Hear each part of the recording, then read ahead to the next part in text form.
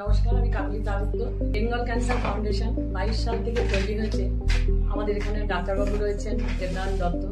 ওনার একটা স্বপ্নের একটা প্রজেক্ট বলা যায়। উনি বর্ধমানের মানুষের জন্য উনি যেটা করেছেন, এবং আমি প্রথম থেকে এটার সাথে যুক্ত। আমি নিজে ক্যান্সার পেশেন্ট হওয়ার সুবাদে আমি এখানে যাওয়া আসা করি, অনেক প্রোগ্রামে আমি এখানে এসে উপস্থিত হই। ওনারা আমাকে আমন্ত্রণ জানান।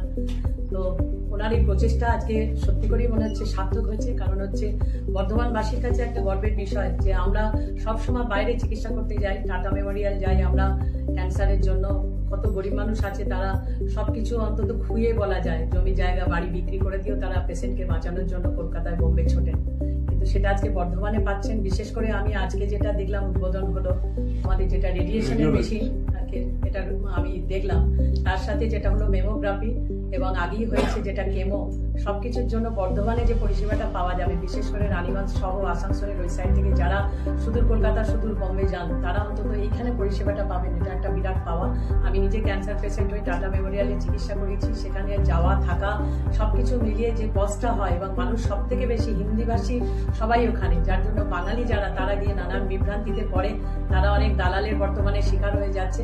যেটা বর্ধমানে পেলে তারা বর্ধমানের এই ডাক্তারবাবুর সঙ্গে এবং হসপিটালে যারা সবাই রয়েছেন, যাদের সহযোগিতায় হসপিটালটা আজকে এরকম একটা জায়গায় এসে পৌঁছেছে।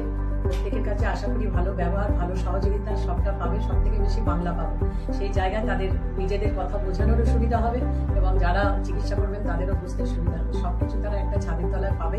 এর থেকে বড় পাওয়া আর বোধহয় কিছু।